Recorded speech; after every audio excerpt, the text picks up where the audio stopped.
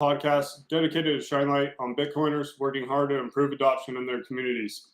Right now, the current Bitcoin price is $20,935.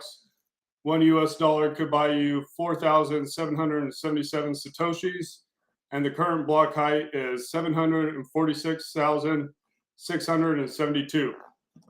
And I'm doing a podcast dedicated to shine light on Bitcoiners working hard in their communities. And a big part of the movement that's happening in communities is meetups.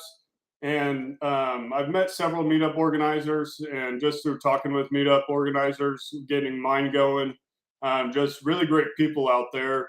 And so today we're going to be bringing on Tim and Dan with Lincoln Land Bitcoiners. Tim and Dan, thank you for being here and welcome. Thanks, Shane. Thanks for having us. So why don't you go ahead and just, each of you, whoever wants to start first, just a little bit of your Bitcoin background and a little bit of how you got started in the meetup. Well, Dan's our OG, so go ahead, Dan. Thanks. Well, I started, I think, down the rabbit hole. It had been sometime 2017. I was, avid investor, followed a lot of investing blogs. One of the blogs actually started talking about Bitcoin, and it really drove me to further research in the space. I went out to YouTube right away and discovered Andreas and all his videos. That really kind of helped me. And then I started making some small purchases, which led to some dollar cost averaging. Went through the bull market run there at the end of 2017 when the bear market hit. I, continued to dollar cost average, and, really haven't looked back since. So I'd have to say that, been in it ever since then. And then Tim? Yeah, I got in around 2018, like middle of the year, right before that last big dip. I actually, so I'm a part-time musician. I'm a music teacher. And I sold some music equipment online and had a little bit in my Cash App. And I was just like, well, I know my sister made a killing in 2017. I didn't really know much about it. So I bought some and then see it go down a lot. Funny thing is my dad, big into investing and trying to get me into investing. And I've studied with him and got in economics. So I had a little Austrian take on it. And then the more I learned, I just started, he actually told me to get into crypto, which we did. And I started learning about Bitcoin. And then the more I learned, ever since then, I've been trimming that down as close to zero as I can and putting everything I have into Bitcoin. The more education you have, the more conviction you have. So absolutely, that's where I came from. I love that. I love, like the stronger the meetups, the stronger, more conviction people get who come to the meetups, the, better knowledge they have, the more they're able to go out and educate others, because with that conviction just comes a passion. And that's something you see in Bitcoiners, very passionate people. And we're on a mission to, drive this forward and do Satoshi's work. Well, and on top of that, the more you're cool with the downturns and the bear markets, everybody asks me, about volatility.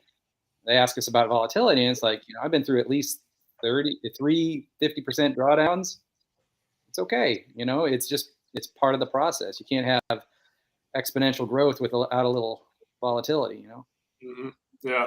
I mean, I'm still new to Bitcoin, and my first buy was February 2021. It was around 50,000.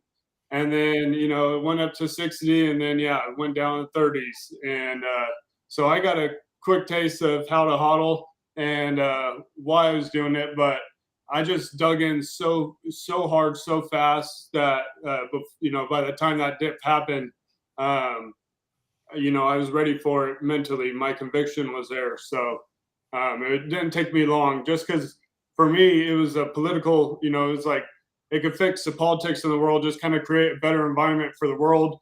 The money was the last thing to fix, or is like the most important thing to fix with our current political situation. And, once Bitcoin found me, I was just like, that's it. That's a missing piece. And I just dedicated all my time to this now. That's awesome. Yeah. That's awesome. So, what's your guys' favorite aspect about Bitcoin? What's your Lightning mining? What's kind of your favorite rabbit hole to go down? Go ahead, Tim.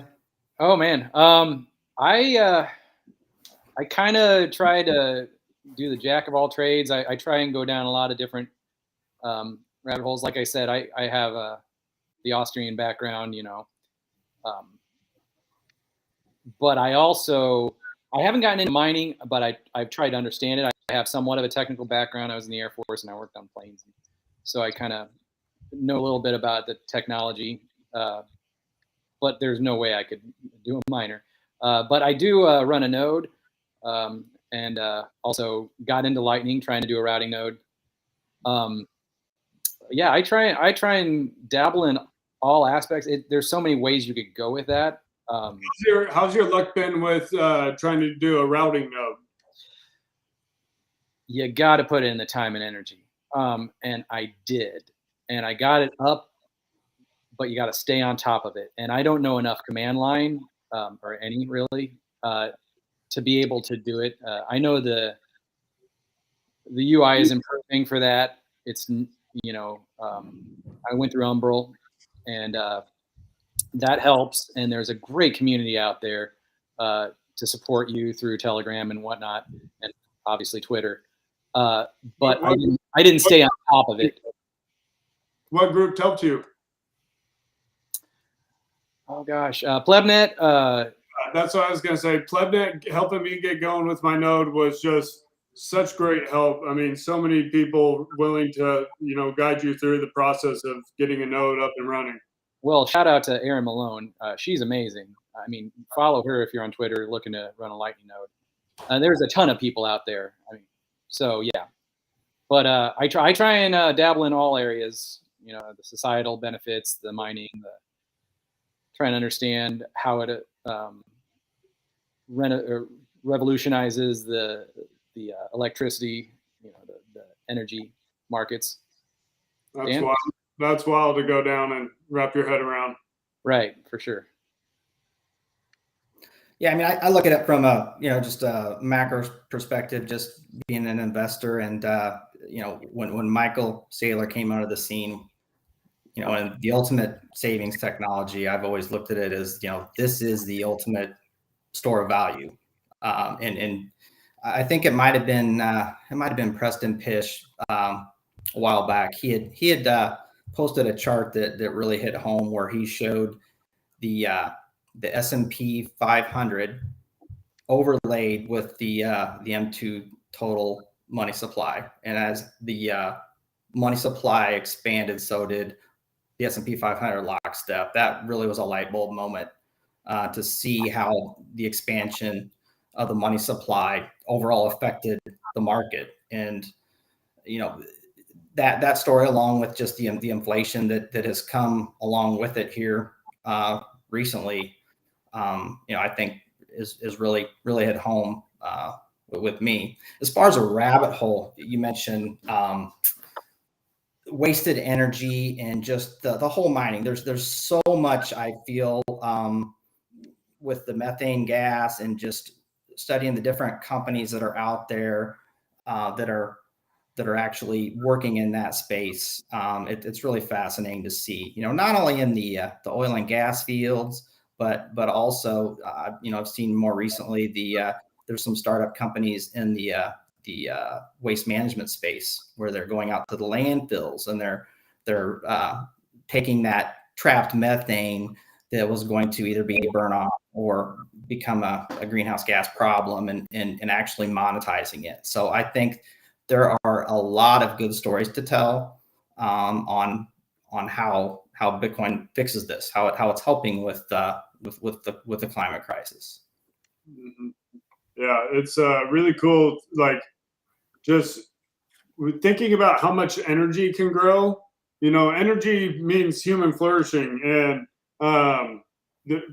just the possibilities of the world that we could live in. To think how far we've advanced in the past, 80 years and everything. To think how much further we could advance when, that thumb kind of gets let off of the energy sector more. and we are starting to be, start to get able to do nuclear one day or whatever, just focus on more hydro. And then just, the creativity that comes with it. There's like geothermal energy, just all kinds of different stuff. So the possibilities that come with it, and to think of, future jobs and stuff that provides, it's just going to be really unbelievable. And when you think about Bitcoin, and, it's so easy to just think about the money and what the money can fix. But then you think about all these other benefits that come off of it, man, it's just really mind blowing. And it makes me so grateful that we have this in our lives now. Agreed. And when you talk to people, they think Bitcoin little b. You know what I mean? They think the asset. You look on the TV, you see the ticker symbol. So they're thinking it's, something I can exchange for dollars and hopefully get more of and to get more dollars back. And so that's their first so many touch points. And they don't realize there's so much more to it. Yeah, pretty crazy. Yeah. So why don't you guys go ahead and start talking about your meetup, and when did it start getting going and how? Well, we had our first meetup last August, and funny story. Like I said, I teach. I used to teach elementary. I teach elementary music now. I actually taught Dan's daughters before I actually knew him, and then COVID happened, and I don't know how we ran into each other online, but we started. Or I think you posted on Facebook, and I think my wife saw the post, and I was shocked. I'm like, wait a second, that's my daughter's teacher, and he's posting about Bitcoin. So I was coaching my wife. Now you need to respond back this. I forget what might have been Bitcoin fixes this, and then oh wow, next thing we know, Tim and I are hitting it off and talking, and went out, met each other out, and then that's kind of where the idea of a meetup came. We just started talking about how long you've been in the space, what have you been doing, and so it was kind of great to make that connection. And then Tim came up with the idea, what do you think about, in doing some type of meetup in the Springfield area? How do you think it would go over? And it's like, well, you know what? Let's give it a go. So it was a year ago. It was like last August. We put it out there online and said, well, whoever wants to show up, we have a local wine store that is gracious enough to let us host our meetups there. And how many did we have that first time? Was it like a dozen? 5 or 7? Maybe 5 or 7? Yeah, it wasn't over a dozen, but it wasn't over a dozen. Right. Yeah, that's not too bad for your first one. There's a lot of meetups that just get going, and it's 3 to 4 people. But a really cool feature that I found through starting, because I lived in Bakersfield, California before moving to Knoxville, so I've actually started 2 meetups this year so far. Nice. And it's really cool to come across people who are like, oh, wow, I thought I was the only Bitcoiner here in town. And then just the connections that make, and, it's awesome to know that a teacher's out there who's a Bitcoiner. And I was a substitute teacher before this. I wanted to be a high school history teacher. Nice. And I would wear a Bitcoin sweatshirt to school.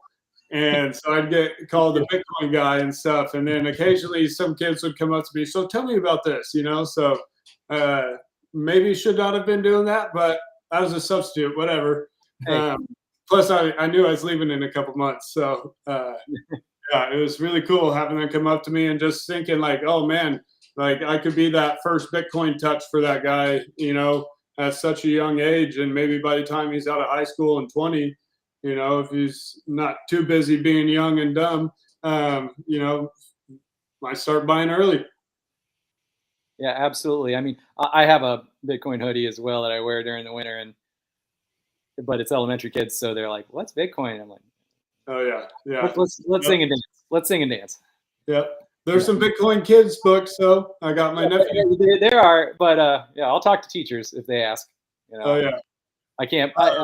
I'll push it on anybody, but while I'm at work, it's Oh yeah. Come to me and I'll tell you everything you want to know. Yep. You just got to approach me first. Yeah. Right. So you guys said you had about 5 to 10 your first meetup. What's been the attendee count or since then this past year? It's well, when the price was going up, we got up. We haven't gotten past 20, I don't think. No. But we've also been back down to 5. Like the last meetup, it was about 5 or 6, and it fluctuates in there. Springfield, Illinois, is about 120,000. It's the state capital, so I mean, there's a lot we can get here. But yeah, probably 515. Would you say, Dan? Yeah, I'd say. I mean, it's had its ups and downs. Went through a COVID spell, and a lot of people catching COVID, they're missing. But we try to have a meetup once a month. We try to do it on the first Monday of the month. But yeah, I mean, overall, I think anywhere between 5 to 12 on average. Yeah, and, that's not too bad. That's about average for most meetups, truly. So there's only a handful of them out there that are getting big, big impressive numbers. But it doesn't even take much to give you that good feeling of having a meetup space, and you could just get so stuck involved with I know for my meetups, I generally end up speaking with one person for hours, and I kind of feel bad because I've ignored other people. But and it seems like I'm thinking that every freaking meetup we have. So whether it's 5, 10, 50, or 100, just the meetup space is just so vital to this, and keeping it going. Especially you guys are doing it once a month like I am. No matter how many people it is, it gives me an excuse to get out and about, and it gives me a place to give other Bitcoiners to go. Right.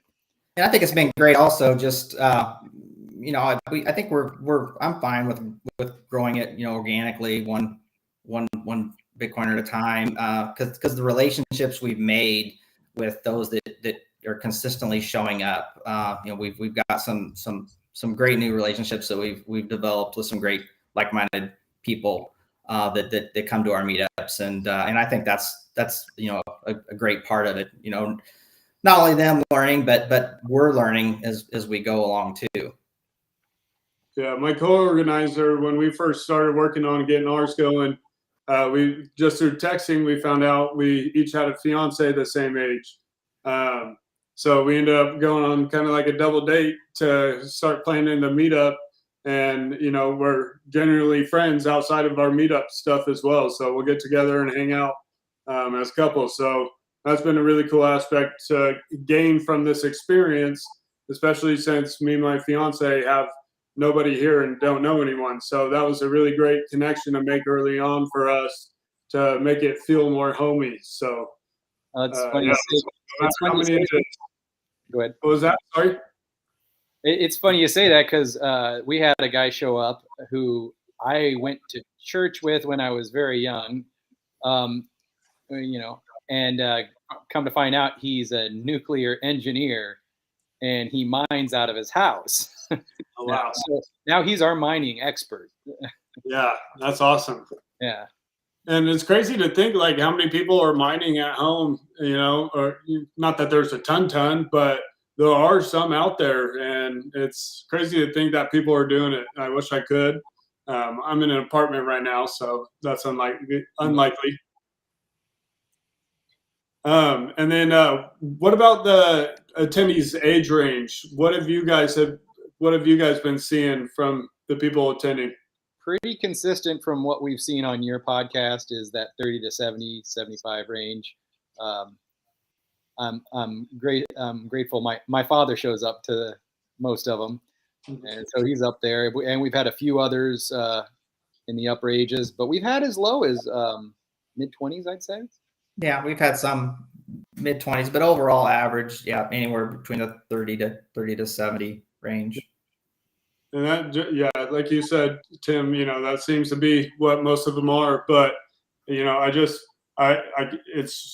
really awesome that gold bugs are getting into this as well, and they're coming out to the meetups and coming out and learning. I know on our meetup app, I have some lady messaging me. She never comes, but she seems interested, and maybe with price action, she'll come one day. But it's really cool, just all different walks of life coming out to all these meetups sprouting out across the world. Absolutely, and especially when you get some walk-ins, and they're just coming in to get a drink, and then they stop and pay attention just for a little bit, long enough to get that touch point. Like you said, you got to have multiple touch points, because very few people are on the first touch point are going to just be like, yes, I get it. Mm-hmm. I wasn't.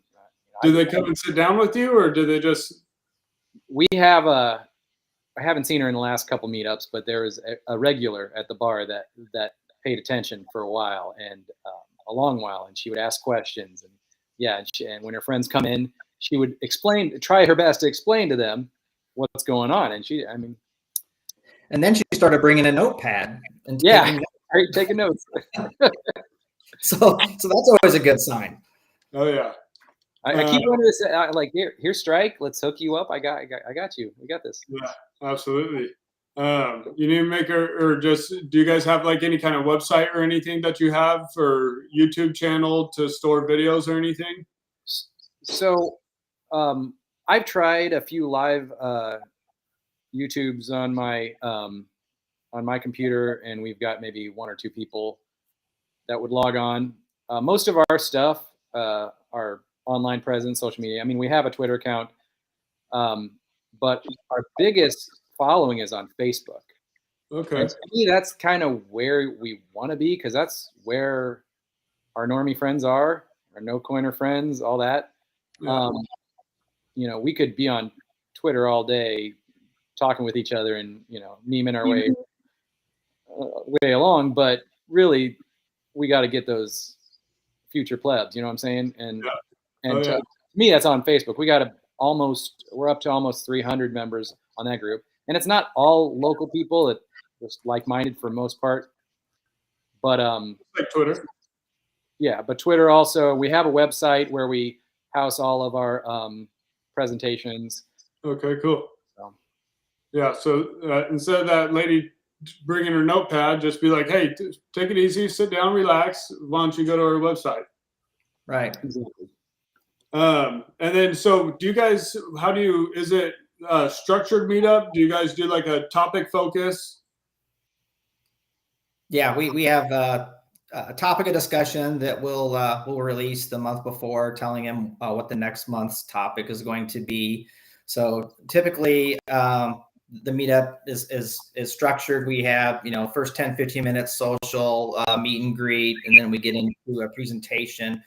The wine store, it's nice. Not only has a pull down screen, it has projectors, so we can, show a full scale presentation. And they range depending on, I know Tim really loves his PowerPoint slides. It could range from 75 to 80. We try to trim it down, but let's keep it under. Teachers gotta teach, right? Teachers gotta teach. But no, all kidding aside, he does great work with the PowerPoints. And usually that part of the schedule is usually like 45 minutes or so, and then towards the end we have some wrap up time where people Q&A and hang out and have another glass of wine and have some more discussion. So and then let's see, what do you feel like your group provides the best experience, like what makes you think, hold on, let me backtrack. What do you feel your group does to provide the best experience to people coming to your meetup? I like the focused aspect of having a topic each time. I mean, yeah, I like to hang out and have drinks and just shoot the shit. But to me, it's like the education is what needs to stick. You know what I'm saying? So, I mean, we have a specific topic, whether it's like one of them, we did a bunch of articles by Gladstein talking about societal impacts. We did a whole presentation on investments or mining. You remember Andreas's sovereignty staircase? how to, which we, like Dan was just mentioning, we were talking earlier today, that we need to bring that back after the whole, what just happened. Right. In March. But like we even, we do a lot with Anil said so on Twitter. I don't know if you're familiar with him. He has some great slides. Like his whole Twitter feed is just education in Bitcoin. So we use a lot of his slides. We even did an article by Gigi, Bitcoin's Gravity, and we're getting ready to do Lightning. Next Monday is our next meetup. So I feel having that as a topic, the Q&A doesn't have to be about anything. It can be about whatever that's on their mind, but give them little bite-sized chunks along the way, and that's how you grow, I think. And we usually poll them at the end of the meetup also. A lot of these discussions that Tim's mentioned have actually come from the attendees, where we'll put a QR code up on the screen. Here, take a short survey. What do you like? What do you want to hear more about? What do you want to hear as far as next month's topic? And some of our topics actually came from that, where we were talking about I think we were talking about investment thesis, and then we started talking use cases, and somebody's like, well, we should really dive into use cases, and that's where Anil said so. And his he has a whole site. It's free content. It's great. And we went through and did a deep dive in Bitcoin use cases, because one of the attendees thought that was a great idea. We're younger guys, Tommy. Yeah, and I think we also have done that with Check Your Financial Privilege, when we really started to get into how is Bitcoin helping. We see what's going on here in our country, but a lot of people don't see how it's being used in Afghanistan. How a young girl is escaping the tyranny and tragedy in Afghanistan, crossing a border, and how she's securing her wealth. How they're using it in El Salvador is not only is the currency, but transactions. How businesses are adopting it via the Lightning Network. There's a lot of good stories to tell.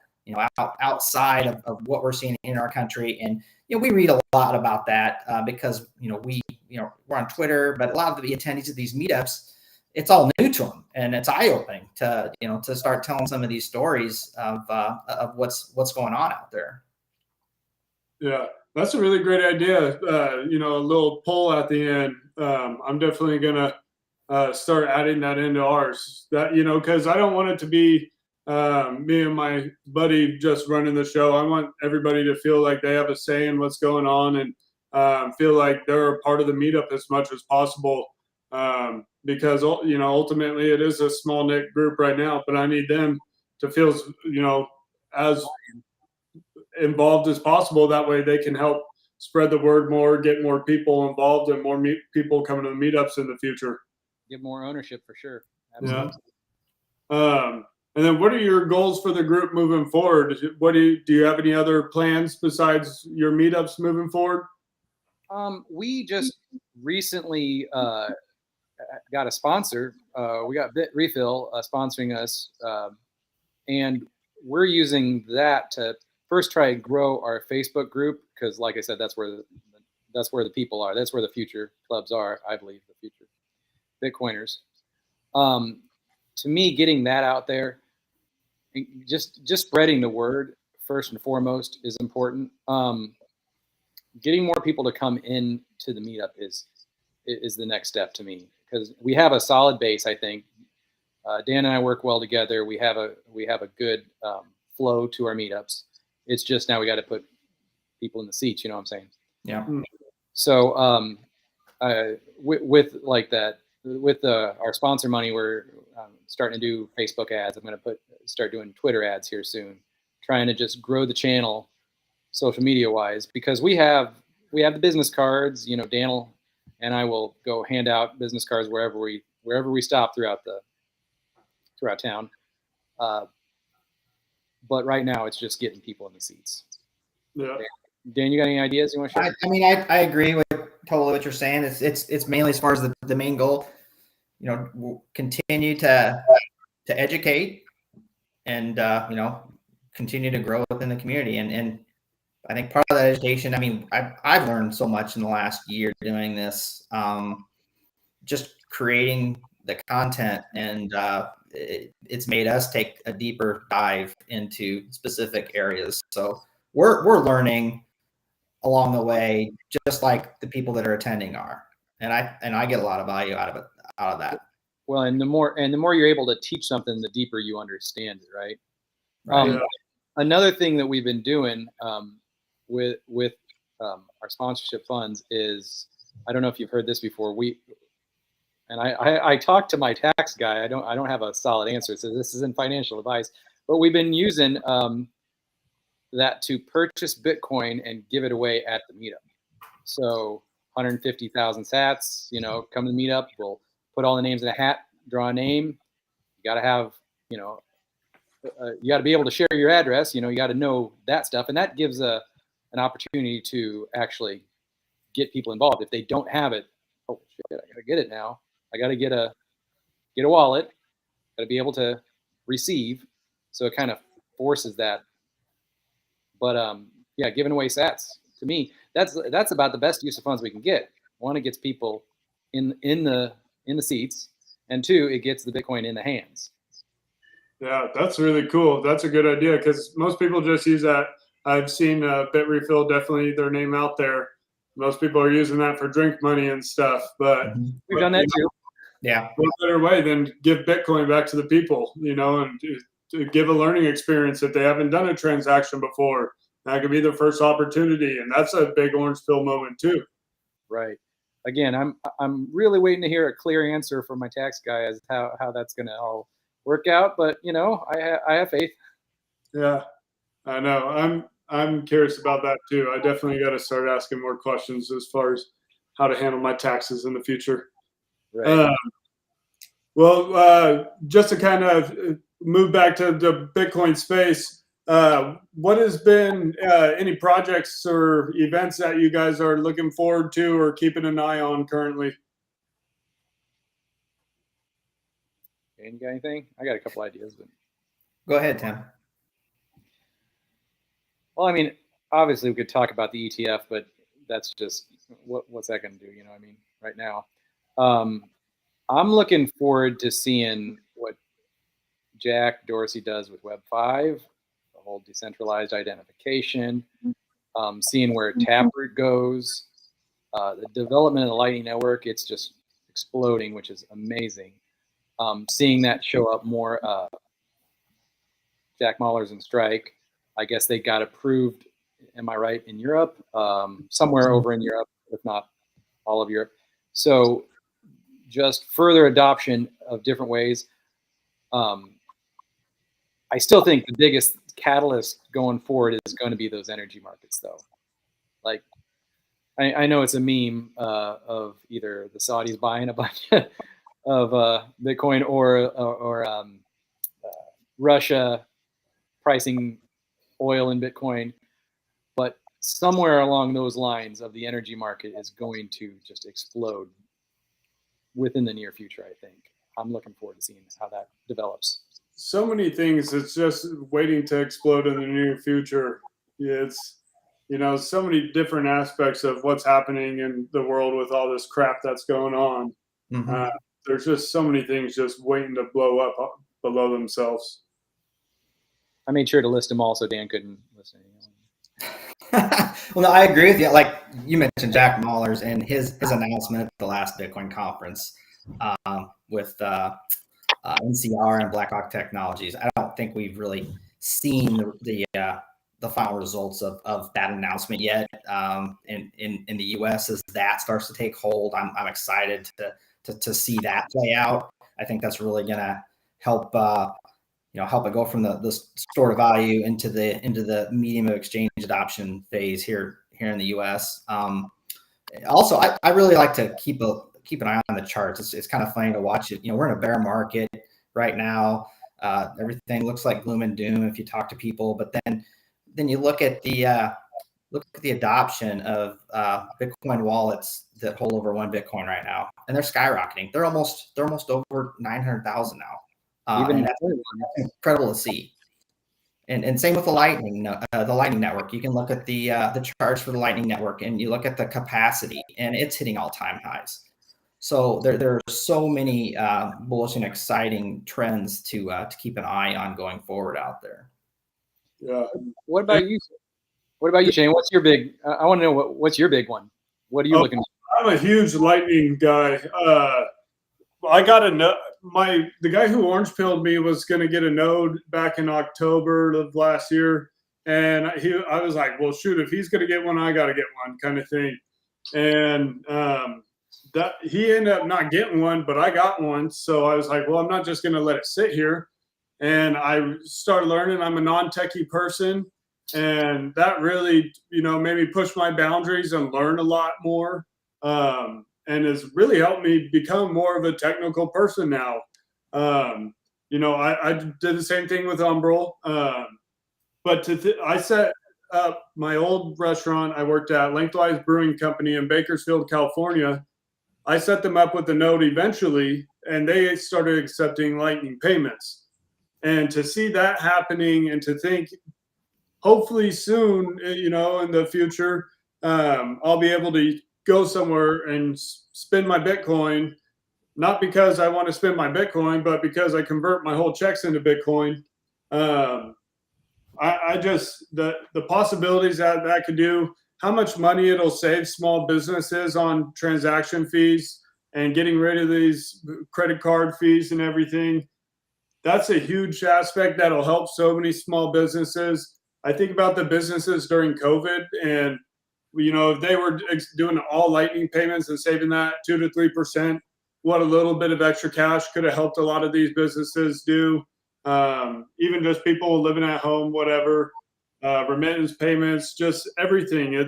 We already live in a world that we can digitally connect with people around the world. Why can we not monetarily connect with the rest of the world? It just doesn't make sense. But there's probably a reason to that, and that's because the powerful elites in the world don't want us to be able to do that. And, that is what it is. But the Bitcoin revolution is here to stay, and people will eventually see what the Lightning payment system can do, what Bitcoin overall can do. Well, and you mentioned businesses, and you're asking about developments. We had the opportunity, honored to have the opportunity. We got to sit down with a few local political business representatives, let's just say, in the Springfield area, and we got to give our pitch. And it's obvious how early we are, but to me, while I want to get as many people, everyday citizens, turned on to Bitcoin, there is a huge information gap. You know all the FUD. You're aware of that. Mm-hmm. So being in a capital city, looking to be able to have more conversations with politicians and business people, to me would be a way to go. Don't have a roadmap for that per se, and if you have any suggestions or ideas, that'd be great. But that's another area. Just the interest levels there too. Say that again, Dan. Oh, I just said the interest levels there too. I mean, they're reaching out to us. They want to learn.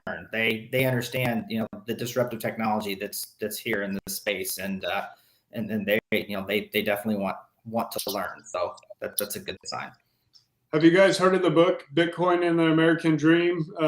It's written by I know CJ Wilson, and there's like 7 others. Song.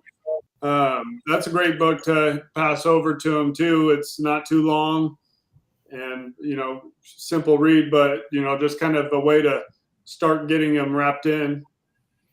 Speaking of books, I was going to say, speaking of books, that's something else at our meetup. We did this. It's been a few months ago, I think, Tim, hadn't it? Where we Tim said, "How many Bitcoin books do you have?" And I'm like, going, "Well, let me count." I went through, and I've got a back so big. And he had some too. I'm like, let's just bring him to the meetup, and we set them out there and towards the end of the night, like on anybody that wants to expand their knowledge, wants to read up on anything from Bitcoin Standard. Thank God for Bitcoin. Price of tomorrow. We had quite a few, and people come up, look at them, and said, borrow them for a month, read them, and then bring them back. So we just kind of started doing that here recently. And I also, Dan had a great idea. I don't know if anything's come of it, but you were talking about taking that stack or even buying a separate stack for the local library and seeing if they could create a Bitcoin section. Right. Just donate. Yeah, that'd be really cool. Do people still go to libraries though? Here, we're in the Midwest, man. Come on. Man. Yeah, small town library. We don't have that fancy internet. What do you think, Dan, since you're into macros and all that, you see all these things happening with like the banks in China and stuff. Do you have any opinions on all that? I've kind of kept a pulse on it a little bit, but it seems like with what's going on with the real estate, and are they telling us the full story? And then also with I think you're talking more recently, the protests, right? Where they pulled the tanks out in front of the bank because they weren't giving them their money. So, that's kind of scary. Sri Lanka also. When you think about it, that they're just like, they were protesting and well, first off, to be a Chinese citizen to protest in China with their facial recognition cameras everywhere and that's pretty brave of them, really, to be protesting without any type of shield or mask or anything to cover their identity. But I'd say as a Chinese citizen, that's those are scary times when they can just shut off your bank account and say, sorry, we're not going to let you withdraw at this time, and if you don't like it, then we're going to pull the tanks up and pull them in front of the bank. So be it. Yeah, really, really wild stuff, and it makes me, am I financially privileged? Am I privileged by living in America as far as the mindset, not like the, privilege like the other stuff, but, because we live in America and have seen the success of the dollar for so long, that's what our parents and grandparents know. And to think of that not being what it's been, it's going to be really eye-opening for people to think that what we're going through is going to get even worse. And it's, it's still going. Whatever it's at now, I can't even keep up with what it's at, the inflation rate. But True inflation? True inflation, yeah, right. True inflation. Yeah. So, and they're going to try to change the definition of recession, and that'll be interesting news to come out this week. And it just really gets me thinking, are we seeing the collapse of the dollar? Are we living through that time period? And how many people this is just going to wipe their feet from underneath them? It's a slow motion train wreck. I didn't have the changing the definition of recession was not on my bingo card for this year 2022. I had some crazy stuff on my bingo card, but when that came out this week, I was like, what? So you change the definition. We'll just pretend it's not a recession, therefore it's not a recession. Okay, we'll go with that. Yeah, freaking crazy. I know. It's just like everything they say. They just want to change the words to try to distract us from what's really going on. But Bitcoiners can seek the truth, see through the BS, and we know what's coming. We know the recession's here. A lot of times we're living through. On that point, being Lincoln land, I got to quote Abraham Lincoln. He once asked an audience how many legs a dog has if you count the tail as a leg. When they answered 5, Lincoln told them the answer is 4. The fact that you called the tail a leg did not make it a leg. It's like you can't change reality. It's just it's all bogus what they're doing. And absolutely. To me, that's what Bitcoin represents. It represents the truth. Like the truth in pricing. One Bitcoin will always equal one Bitcoin. You can't change it. It's a truth machine. What comes in, comes out. Doesn't matter what anybody else says or thinks. It's the truth. Yeah. And then just to kind of wrap things up, just another last opportunity for you guys to kind of show your group and just how to get a hold of you guys. Well, Lincoln Land Bitcoin on Facebook. Also on Twitter, we have, what is it? BTC Lincoln Land, I believe. At BTC Lincoln Land on Twitter. BTC Lincoln Land. He's D Rentmeister. I'm doxing myself. I'm Max Druthers on Twitter. So we're gonna have an email address coming soon.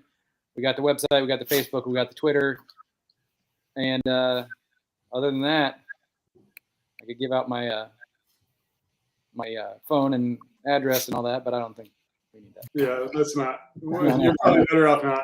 I've already doxed myself enough. Yeah. Well, Tim and Dan, I just really thank you for coming on here and talking with me. And most importantly, I thank you for doing Satoshi's work and giving Bitcoiners a place to go and improve the Bitcoin space. So thank you so much, you guys, for doing what you're doing. Thank you so much, Nate. Appreciate It's been a pleasure. Thank you. You got it. And I'll catch up with you here in a sec. All right. All right. All right. That was the guys from Lincoln Land Bitcoin. And that's all we got today for Hard Money, Hard Knocks. Thank you for joining us and thank you for listening. You can listen on Fountain app, Spotify, Apple Podcasts, YouTube. You can look up Knoxville Bitcoin Network on YouTube, Telegram, and then that's all we got for today. And we'll be back here on Saturday. Thank you for joining us.